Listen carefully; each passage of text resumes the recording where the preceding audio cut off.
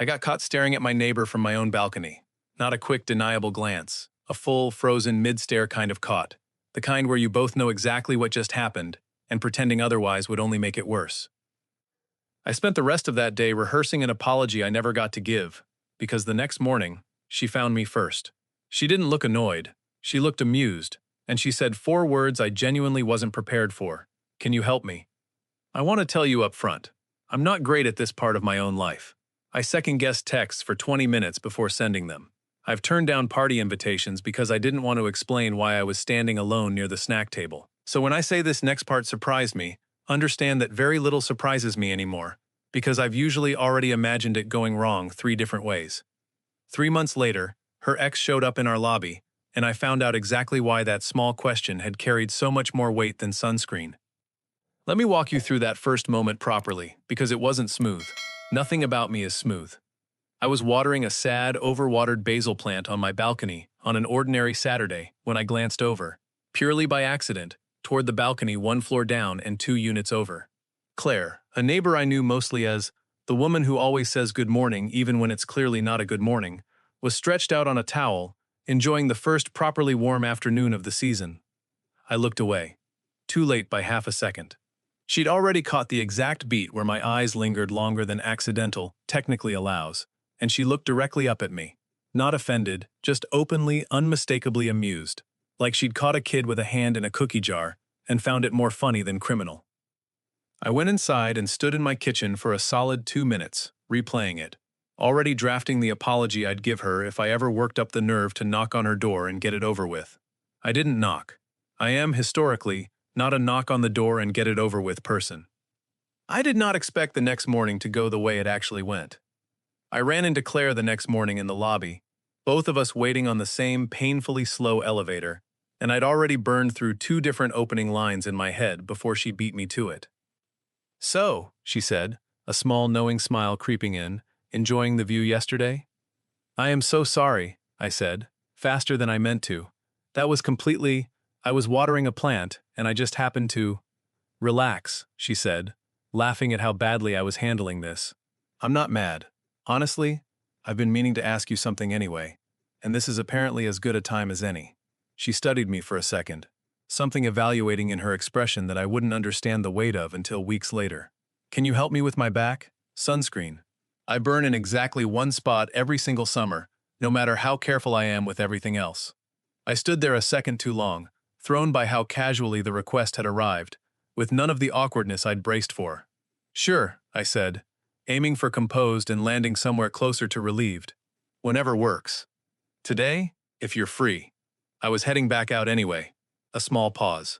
"No pressure if you're busy. I'll survive 1 more slightly crispy back if I have to." "I'm free," I said. Immediately. Suspiciously immediately. I didn't know yet that this one small, oddly casual request was about to become the start of something far more complicated and far more meaningful than an accidental glance across 2 balconies had any business turning into. That afternoon, sunscreen applied with the kind of clinical, overly careful focus of someone terrified of making it weird, set the tone for the weeks that followed. Claire and I found small, low-stakes reasons to keep crossing paths. A shared coffee some mornings, a "wait, is that your mail too?" moment in the lobby, the kind of accumulating familiarity neither of us had exactly planned for. I learned, in pieces, that she'd moved into the building about 4 months earlier, after ending a long relationship she only mentioned briefly at first, in the deflecting way people talk about things they haven't finished processing. She freelanced as a graphic designer, which meant she was around during the day more than most people, which meant our overlap kept happening in ways that started to feel less like coincidence. It was about 3 weeks in, after I'd helped her haul a stubborn IKEA bookshelf box up from her car, both of us laughing about how neither of us had read the assembly instructions before agreeing to this, that she told me more, sitting on her balcony as the sky went orange. "I've been thinking about why I made such a big deal out of the sunscreen thing," she said, apropos of nothing. "I think I was testing something, whether I could ask a guy for something small and reasonable and have it just be that. Small, reasonable, nothing attached to it." "What do you mean?" I asked. "My ex had a way of turning every request into a transaction," she said. "Ask him to grab something at the store, and somehow by the time he got home it had become a whole conversation about how I never do anything for him. I got so tired of the math that I just stopped asking for things. It was easier. I didn't have a smooth response to that. I just said, I'm glad the sunscreen thing wasn't like that, which felt inadequate even as I said it. Me too, she said. More than you probably realize. I should say, somewhere around here, that I wasn't exactly a smooth operator in any of this either. About 2 weeks into the sunscreen arrangement, Claire asked if I wanted to come to a friend's birthday thing that weekend. Casual, no big deal. And I spent an embarrassing amount of time trying to figure out whether, sure, sounds good, was too eager, or, maybe, I'll see how the weekend goes, was too cold, before eventually sending, sure sounds good, 40 minutes later, like it had taken me 40 minutes to check a calendar I didn't actually have anything on. She called me out on it, gently, a few weeks later. You do this thing, she said, where you disappear for a while before answering something simple, and then answer like no time passed at all. I noticed it the first week. I wasn't going to say anything, but it's been a month, so. I overthink texts, I admitted. There's no strategy in it. I just reread things 4 times before I send them. Even sure, sounds good? Especially sure, sounds good. That one took real effort.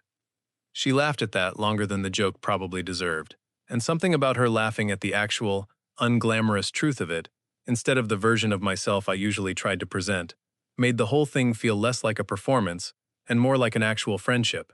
I hadn't realized until she pointed it out how tired I'd gotten of managing how I came across. It turned out to be a relief, being caught at something small and just admitting it, the same way she must have felt handing me the sunscreen bottle that first afternoon. Over the following weeks, I noticed Claire loosening up in small, specific ways I wouldn't have clocked if I hadn't been paying attention. She sunbathed more openly, no longer glancing around first like she was checking whether it was allowed. She actually argued, not just agreed and moved on, about which pizza place in the neighborhood was overrated. She wore an orange sundress one Tuesday that she mentioned, almost as an aside, Marcus used to call a lot. He wasn't loud about it, she told me one evening, both of us splitting a bottle of wine that was more mediocre than either of us wanted to admit. That's the part that took me the longest to explain to people. It was never yelling. It was just a comment here, a sigh there, a you sure you want to wear that every so often, until I'd built this whole internal committee that approved my outfits before I left the apartment. I didn't notice I was doing it until I moved here and realized I was still doing it, in an apartment where nobody was watching. How long were you together? I asked. 2 years, she said. Marcus, if I told people the actual specific things, most of them would say, that's it? And that's exactly why it took me so long to leave, because none of it sounded like enough on its own. It was the total, not any one thing.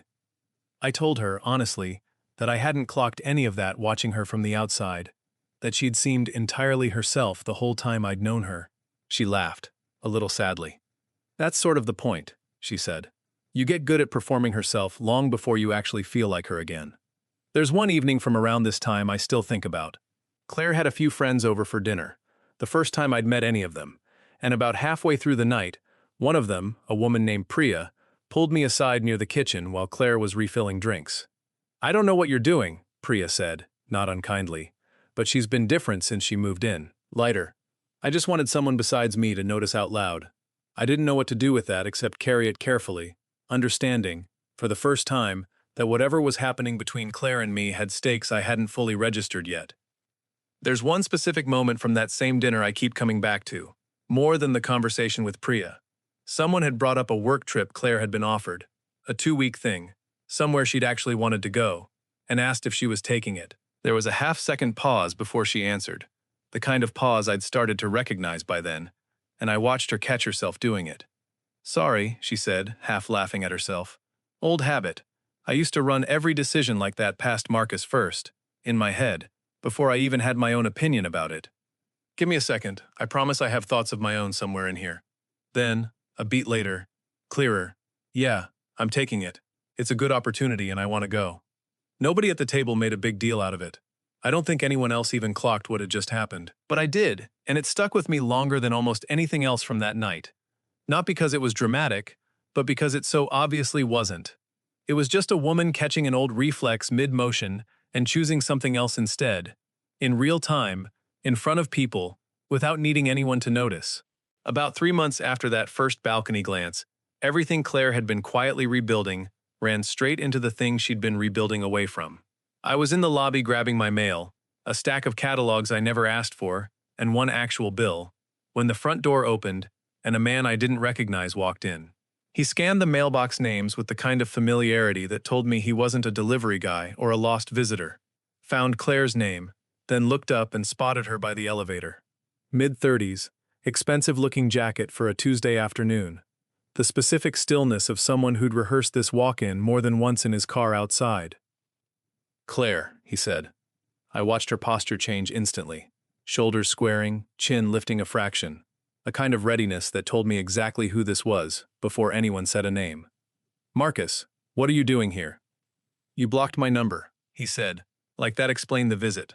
I wanted an actual conversation, not whatever this has been for the last 4 months. "I blocked your number because I asked you to stop contacting me and you didn't," Claire said. Steadier than I expected, though I noticed her hand had found the strap of her bag and was gripping it slightly too hard. "This isn't a conversation I agreed to."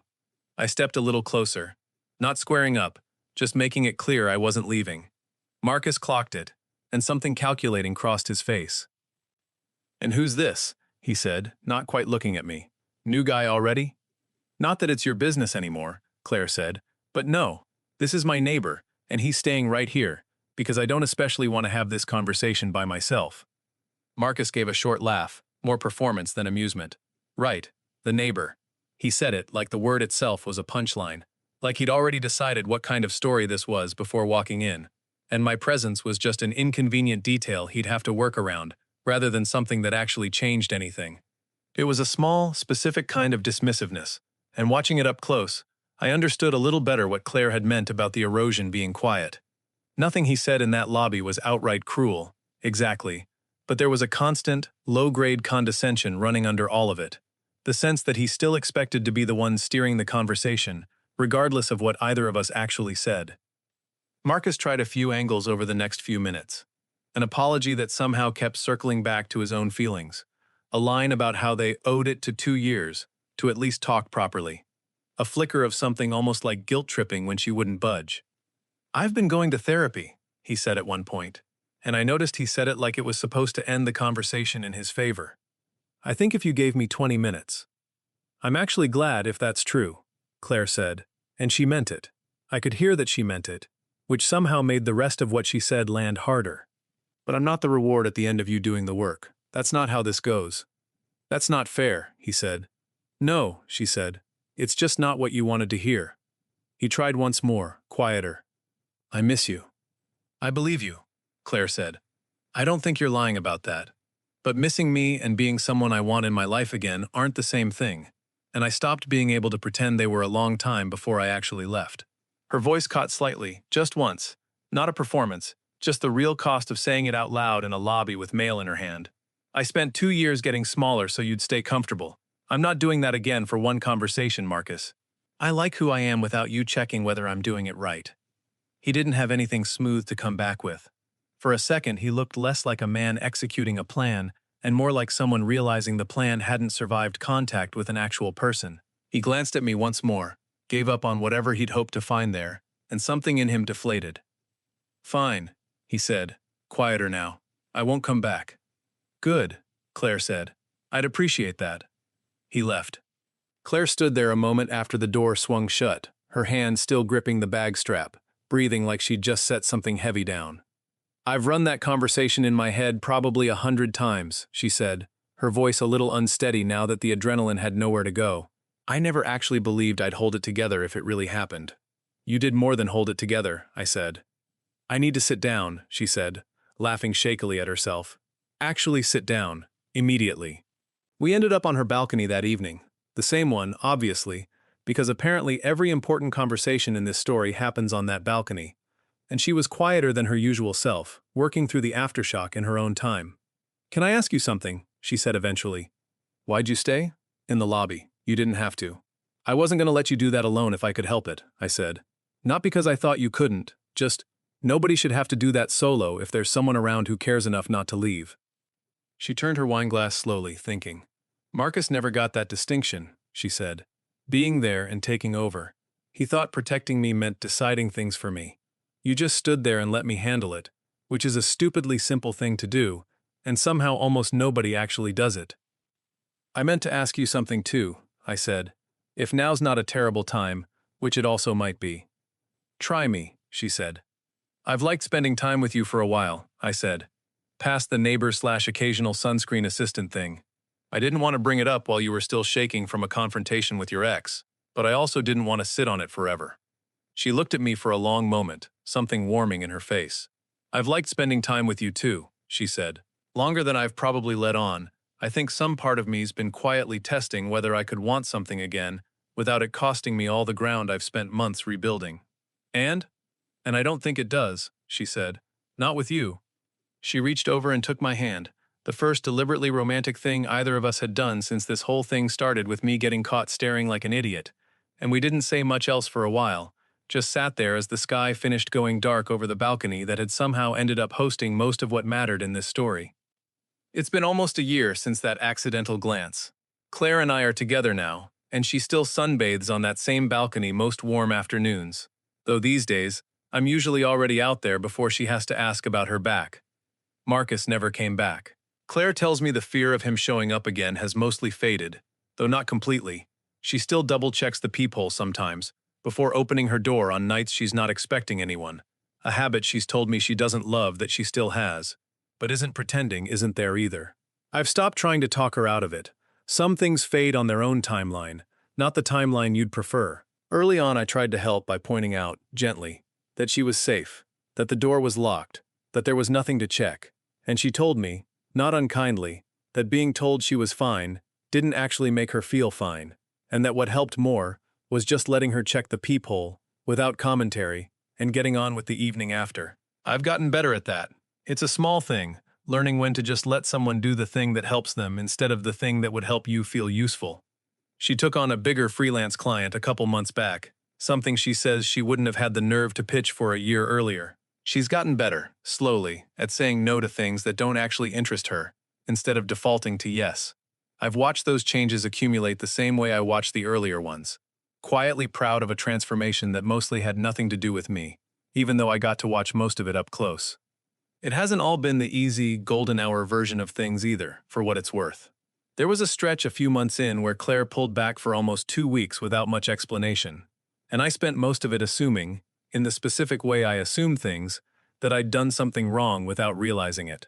It turned out she was just working through whether wanting something long-term again meant she was slipping back into old patterns of orienting her whole life around a man, and she needed to sit with that alone for a while before she could say so out loud.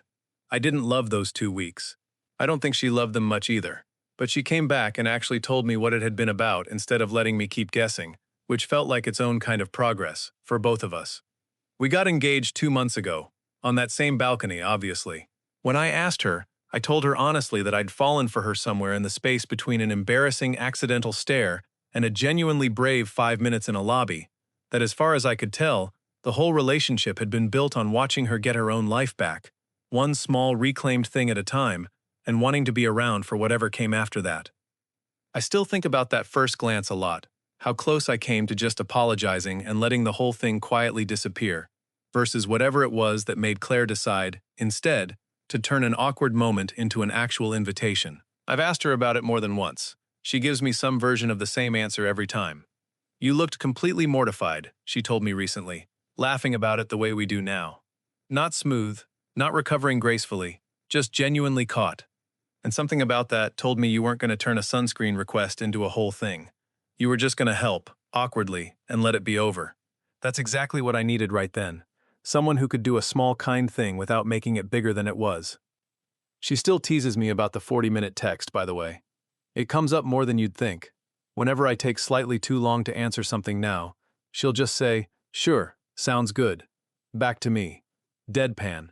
And it still gets me every time. 3 years of knowing each other later. I don't think either of us expected the joke to have that kind of staying power, but that's mostly what a real relationship turns out to be made of, in my experience. Not the big cinematic moments, though we've apparently had a few of those too, but the small recurring ones you keep coming back to on ordinary Tuesdays for no particular reason. If I've taken one thing from all of this, it's that the smallest, clumsiest moments sometimes end up mattering the most, not because anyone plans them, but because they show you, in half a second, exactly who's standing on the other side of the embarrassment. Claire caught me staring. I could have made that about my own discomfort. She turned it into the first small test of whether asking for something simple could just stay simple. I'm glad I passed it, even though I had absolutely no idea, at the time, that I was being tested at all. If this one got you, tell me in the comments. And if you want more stories like this, subscribe. New one every week.